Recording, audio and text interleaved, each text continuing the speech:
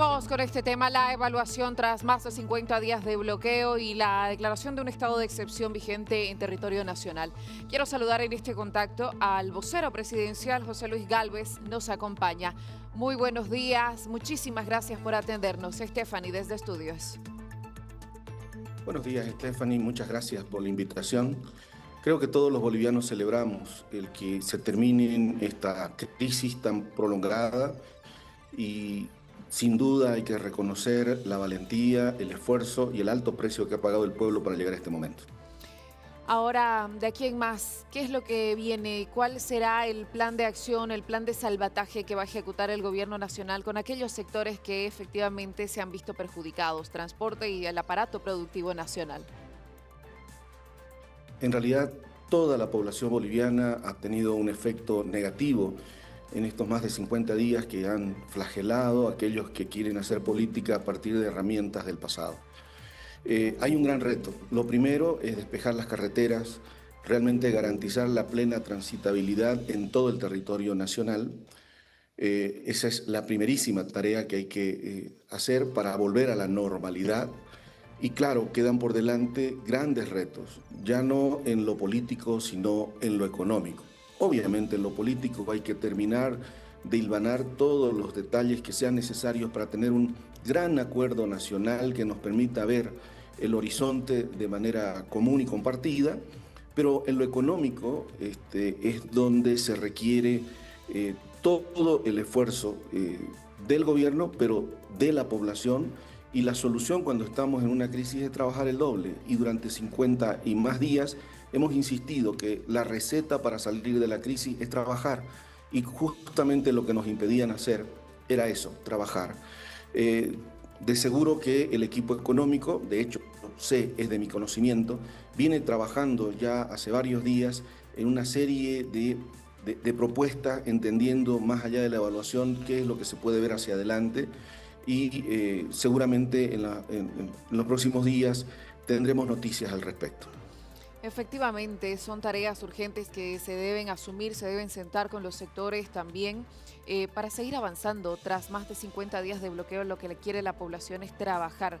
Ahora, vocero, le consulto, ¿qué hará el gobierno nacional con la plena vigencia de un decreto de estado de excepción y la situación que ocurre en el trópico de Cochabamba? Escuchábamos en conferencia a Evo Morales con las 6 federaciones del trópico anunciar un cuarto intermedio a su bloqueo indefinido. ¿Se debe intervenir esta zona? ¿Por qué no se militariza hasta ahora? Bien, a ver, el estado de excepción está vigente por 90 días. El estado de excepción lo que busca y está consiguiendo sin violencia, sin el ejercicio de la fuerza constitucional que es legítima y legal, pero sin nada de ello y con la voluntad de la población, no solamente de las capitales, sino también de las provincias y las localidades, ha resuelto el gran problema que nos tenía asfixiado, que era el de los bloqueos. Eso es un gran mérito del pueblo boliviano, reitero, y ha sido una apuesta por el diálogo de manera insistente, que luego combinado con el ejercicio paulatino, proporcional de esta medida, nos da este resultado de quitar los bloqueos. Eso tendrán que evaluarlo las autoridades que están a cargo de la seguridad del Estado para ver si los plazos son distintos. Hoy por hoy la norma establece que son 90 días. En ninguno de los casos, que bien la norma lo establece en su artículo 5 y 6, no ha sido necesario dictar mayores medidas o restricciones en ninguna zona hasta ahora. Esperamos que no sea necesario, o sea, no hay un toque de queda, no hay una mayor restricción de las libertades y de los derechos de la población, por ejemplo, en el Chapare o en San Julián o en el Alto, en algún lado. No hay. En realidad, el estado de excepción, lo que busca este estado de excepción es volver a la normalidad, que el abastecimiento en todos los ámbitos esté corriendo. Bien, ahora, en el caso del Chapare en particular, sí, lo que vimos ayer fue la foto, la figura de un Evo Morales en la soledad de la derrota infringida por el pueblo boliviano, que le ha dicho que la forma en la cual hace política, violentando a la población, privándole de alimentos, castigando a los más débiles y a los inocentes no es la manera en la cual vamos a legitimar. El pueblo ha soportado eso y lo ha llevado a un punto en el cual ha tenido que reconocer juntamente con las 6 federaciones que ese no es el camino. Y ojalá este sea realmente, esa es nuestra apuesta, que sea el destierro de esta forma de tratar a la población y de hacer política. Las medidas de seguridad que se han planificado y están en curso, esas son cosas que corresponden a la seguridad del Estado, y esas políticas de seguridad del Estado no se discuten en público, se ejecutan y luego se informan. Evo Morales debe ser aprehendido. Evo Morales tiene un mandamiento de aprehensión. Tiene el pueblo boliviano la necesidad de que no haya nadie por encima de la ley, y Evo Morales tiene que ir, si dice ser inocente, a demostrar su inocencia en los estrados judiciales como lo hacemos todos los ciudadanos. No hay nadie por encima de la ley. Y en realidad nuestra exhortación a él y a todos es que se cumplan la ley. Entonces, eso desde el punto de vista formal y legal. En términos políticos, lo que estamos observando todos los bolivianos es el ocaso de una forma de hacer política que ha estado muy coludida con acciones que son muy cuestionables. Desde el origen de la actividad económica que protege y lo sustenta, el 94%, dicen las cifras oficiales, y habrá que ver todavía su actualización, de la producción de coca en el Chapare no va para consumo humano, no va para consumo industrial, va específicamente como materia prima al narcotráfico. Y eso los bolivianos aún nos hemos acostumbrado a entender que tienen un rol. ¿Cuál es su rol? ¿Proveerle materia prima al narcotráfico? ¿Cuál es el rol que tienen también en términos políticos? ¿Usar los bloqueos y las formas de secuestro de la población para imponer sus decisiones más allá de lo que dice el voto? Todas esas cosas que ya están en su declive muestran el ocaso de un sistema político que ya terminó, que debe ser desechado y debe ser parte de la historia triste del pueblo boliviano. Compartimos la entrevista a nivel nacional. Mariana Dupleix desde Cochabamba tiene consultas. Mariana, muy buenos días. Gracias, Stephanie. Un saludo a todo el país. Vocero, le agradezco por atendernos. Usted hace referencia a lo que ocurre en el trópico de Cochabamba, hace referencia a la orden de aprehensión en contra de Evo Morales. Pero si la justicia sabe dónde está Evo Morales y él tiene una orden de aprehensión, ¿por qué no se la ejecuta si es uno de los principales promotores de las movilizaciones que, por cierto, están en un cuarto intermedio, dicen ellos, para reorganizarse? Es decir, podrían empezar nuevamente. ¿Por qué el gobierno no actúa? ¿Pueden ingresar al trópico? ¿Tienen la capacidad de hacerlo? Es la pregunta que tiene mucha gente. Mariana, gracias por la consulta y sé que es lo que la gente piensa. Igual, la gran mayoría creía que la medida más acertada era que en los primeros días del bloqueo dictáramos ya el estado de excepción o un estado de sitio. La situación política que vive Bolivia es compleja, es muy difícil y hay que trabajar con inteligencia priorizando los valores fundamentales. Y uno de los valores fundamentales, sin duda, es la vida. De hecho, durante estos 50 días, permítame ponerlo de ejemplo, ha sido una decisión política muy complicada, pero honesta, sincera de nuestra parte, porque reconocíamos que parte de lo que buscaban los violentos era justamente crear condiciones donde hubieran muertos, porque se alimentan de la muerte. Y tuvimos que, a costa de imagen política, de capital político, asumir el camino correcto. Y no es mérito nuestro, es mérito del pueblo boliviano, que pagó un alto precio, que soportó estos 50 días, pero el resultado final nos dio la razón. Sin el uso de la fuerza constitucional, las carreteras están siendo despejadas. Sin mérito alguno del sistema político, finalmente estamos transitando hacia un nuevo ciclo político. No le estamos dando razón ni herramientas a los violentos. Es muy parecido el elemento que usted me pregunta en el Chapare. En el Chapare hay personas de bien que están secuestradas por un sistema sindical que los tiene agobiados. En el Chapare es parte del territorio nacional, una tierra preciosa que tiene un gran potencial, pero que debe desligarse del flagelo que implica toda la actividad que ha sido impuesta por Evo Morales y el sistema sindical. hay que cambiar de fondo las cosas. Y en ese sentido, no crea usted que no hay una clara lectura de lo que está sucediendo, no crea usted que no se está trabajando en lo absoluto, sino que se lo está haciendo con inteligencia. Y vuelvo a la pregunta que corresponde, por serenidad y por responsabilidad. Las medidas que hacen a la seguridad del Estado no se las discute en público, se las ejecuta y luego se informa. Perfecto. Ahora, vocero, usted hace referencia a los violentos que además han quedado impunes muchas veces por parte del gobierno, de las autoridades, porque actúan en medio de la clandestinidad. ¿Qué va a pasar con todas esas muertes que han habido en los bloqueos, en las movilizaciones, gente que no ha podido transitar para llegar a hospitales?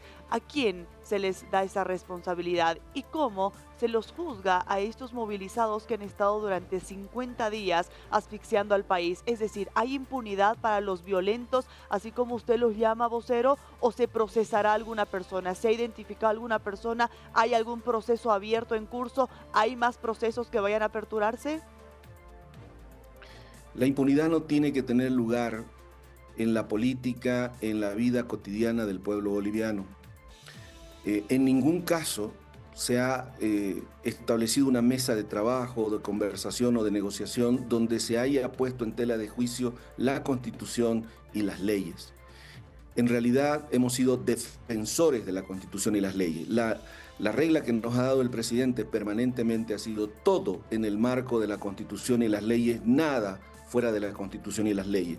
Y tengan la certeza que compartimos el mismo malestar que todo el pueblo boliviano, que este comportamiento violento, agresivo, no puede quedar impune. Por eso es que en realidad están en curso, no tengo exactamente el dato, pero varios procesos que la sociedad civil aún está siguiendo a estos actores políticos. Y esto nos debe llevar a una profunda reflexión en el pueblo boliviano. Si esta es la forma de hacer política, poner piedras, perjudicar a los demás, lastimar, matar en función de impedir que las ambulancias lleguen a los hospitales, y si esto lo normalizamos, si esto lo disculpamos, o si esto se negocia, habremos fracasado como sociedad. Es el tiempo de dejar de llamar a lo malo bueno.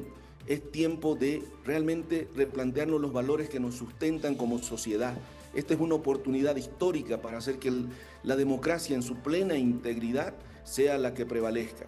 Y en ese marco es bueno que la gente entienda también, no es el gobierno el que maneja la justicia. Aquí en democracia hay una separación clara de los poderes y responsabilidades. Hay una responsabilidad del Ministerio Público, hay una responsabilidad de todo el Poder Judicial, y hay una responsabilidad que toca a la Asamblea Legislativa y también al Ejecutivo y a la sociedad.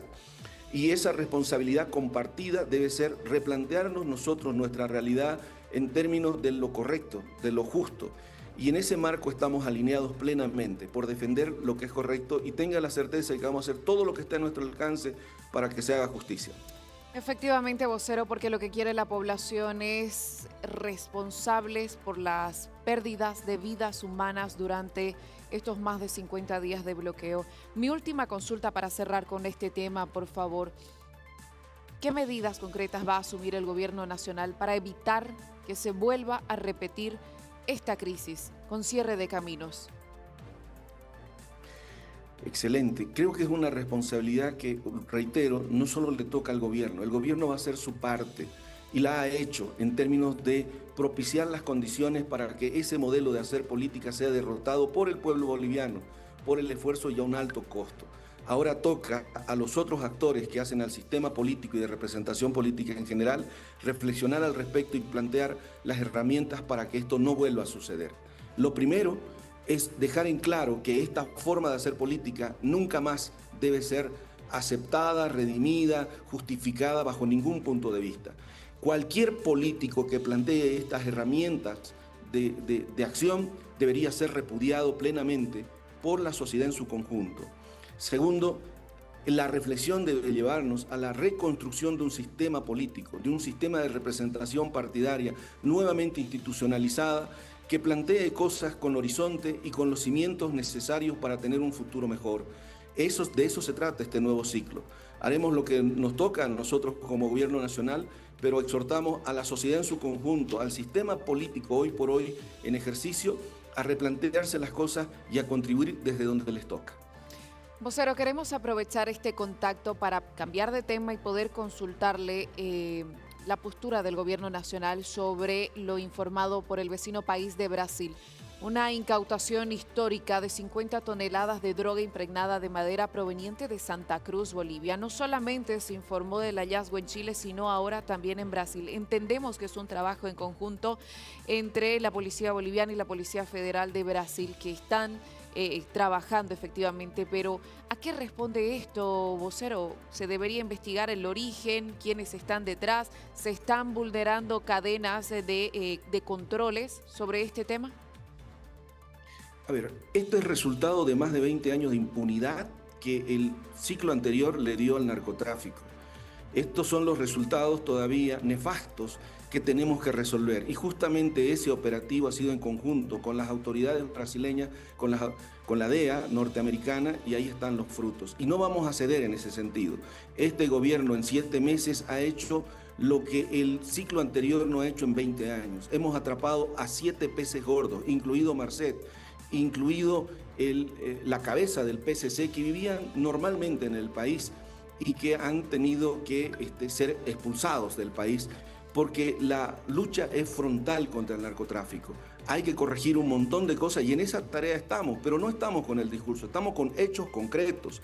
Entonces, cuando los políticos del pasado levantan la voz y el dedo acusador para decir que esta gestión o estas autoridades o el sistema de control del narcotráfico fuese el culpable en estos 7 meses de gestión, habiéndonos dejado en las condiciones que nos dejaron, realmente le mienten al país. Aquí queremos ser claros y contundentes porque tenemos que ratificar nuestro compromiso con la lucha contra este flagelo. En concreto, respecto a lo que está pasando en el Brasil, reitero, ha sido en coordinación con las autoridades brasileras, con la DEA, y son de los resultados que ya podemos exponer y que tiene que investigarse a fondo, tiene que resolverse en su integridad, porque esa es la posición que corresponde y la posición que es parte del gobierno. Muchísimas gracias por la entrevista, muy amable. Muchísimas gracias por atendernos en este contacto a nivel nacional. Gracias, Mariana, por también compartir la información a nivel nacional junto a nosotros. Vocero, que tenga muy buenos días. Gracias.